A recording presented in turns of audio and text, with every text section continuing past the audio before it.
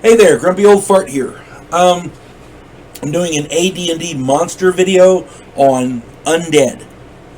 One of the most popular types of monsters to run against player characters is the Undead. I credit a lot of that. I mean, the monster movies of Undead, Dracula, The Mummy, like that, they've been around forever. Ghost stories, they've been around forever.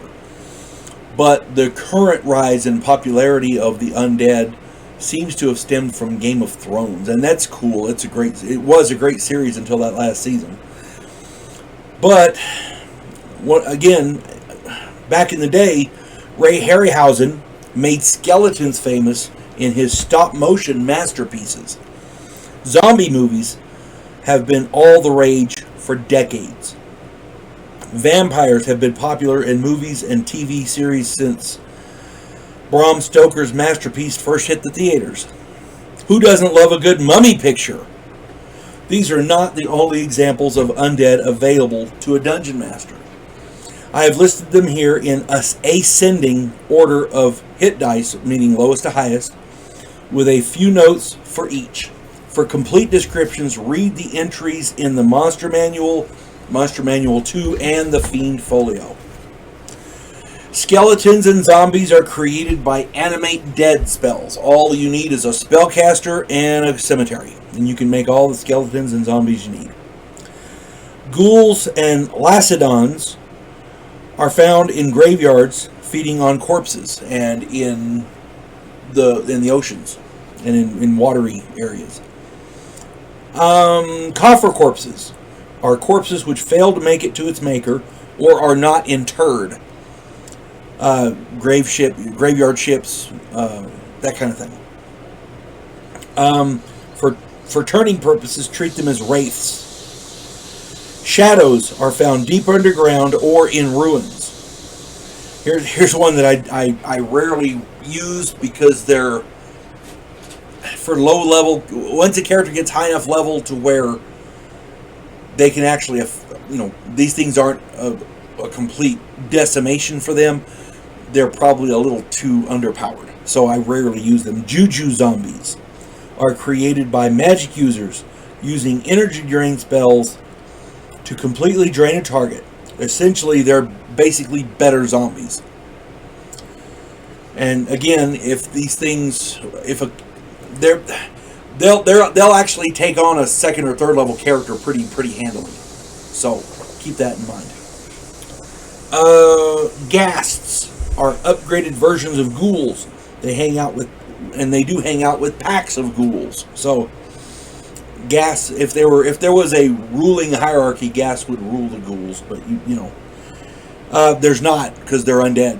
So the Sons of Kyuss, Kyuss, the Sons of Kyuss are exceedingly dangerous as they reproduce with leaping worms. So all they have to do is get in the area, engage your player characters, and these worms leap across and they'll spread that way.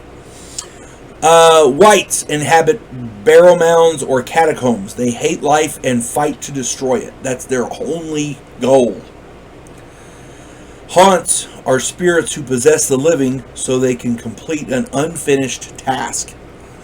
You've heard the classic story of the spirit that inhabits a person to complete some random task or whatever that they didn't get done. That's a haunt. Wraiths are more powerful versions of wights. Zombie monsters are created with animate dead spells, but are larger and stronger humanoids. Gnolls, bugbears, that kind of thing. Mummies are the classic bandaged corpses which spread a rotting disease. A lot of people see a mummy and they don't take that rotting disease into account. Groaning spirits, also called banshees, are the spirits of evil female elves which return to harm the living. Specters are found in desolate places like tombs and dungeons. Apparitions are ethereal creatures which can easily surprise prey on a 1 through 5 out of 6. They are turned as specters. Revenants are those who suffered a violent death and return to seek vengeance on their killer. These are not normal undead, so they cannot be turned, nor can they be affected by holy or unholy symbols, holy water, or other religious paraphernalia.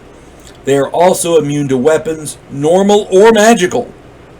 Fire is its only weakness. They have to be turned to ash, as you know, to destroy them. Vampires are your classic Bram Stoker's coffin-snoozing, blood-sucking fiends. Skeleton lords are controlled by someone who has their circlet. They will not be happy about it. So if you can get... I actually had this happen one time. I was playing in a game, and we were able to get this circlet from one of the big bad guys, and that skeleton lord was quite grateful and helped us to defeat him. Ghosts are extremely dangerous. They are ethereal hunters capable of magic jar possession, and their touch causes aging 10 to 40 years just by touching you. Liches are, in my opinion, one of the most dangerous and evil of undead. Yes, they're powerful spellcasters, and yes, they can paralyze by touch. But you got to give them their due as intelligent foes. They're not your random undead thing. These guys are super geniuses who work their asses off to gain lich status. They wanted this. These guys want to rule the world, so play them accordingly. They are the Dr. Evils of the D&D world. Shades are very similar to liches in the fact that they work to achieve this undead status, but their abilities are very, very different. However, they retain their abilities that they had in life, but they also gain a bunch more. So these guys could conceivably be more, they could conceivably be more or less powerful than a lich, but they could also be much more powerful. So it just depends on the shade. Okay? I guess it depends on the shade and the lich, because there's no absolute power level for either one. Shades and liches are some of the most evil ones because they work their butts off to become undead. I tried to be comprehensive, but if I left any of them out, please put them in the comments. I, as well as my subscribers, would very much like to read about them. Most undead inhabit an area and are only encountered when people disturb them. Animate dead and juju zombies are created as henchmen by spellcasters. Revenants are on a single-minded mission of revenge and will seek out their killer. That's their only goal. Vampires tend to surround themselves with weaker, I want to say they're half-strength, minion vampires, so to speak, which they create. So be ready for intelligent vampire games. Liches and shades tend to have a plan. They will employ underlings and hire all kinds of henchmen. Vecna, who was a lich, almost took over the world with his armies. The only reason he was stopped was because his lieutenant betrayed him. I did a video on the Eye and Hand of Vecna. Go check that out. Play these liches and shades as the master villains and that they are of the Machiavellian vein. These people play the long game. They're undead. They're going to be there forever. They can wait 2 centuries, 3 generations, whatever. Okay? Using undead in your world will create horror and a sense of otherworldly evil in your story. But just don't play them as the corny throwaway bad guys. Zombies and skeletons are foot soldiers. Liches and shades are generals. And don't overuse undead. If you overuse them, they lose their special, their sense of uniqueness, their special oomph, you know. So just go with that.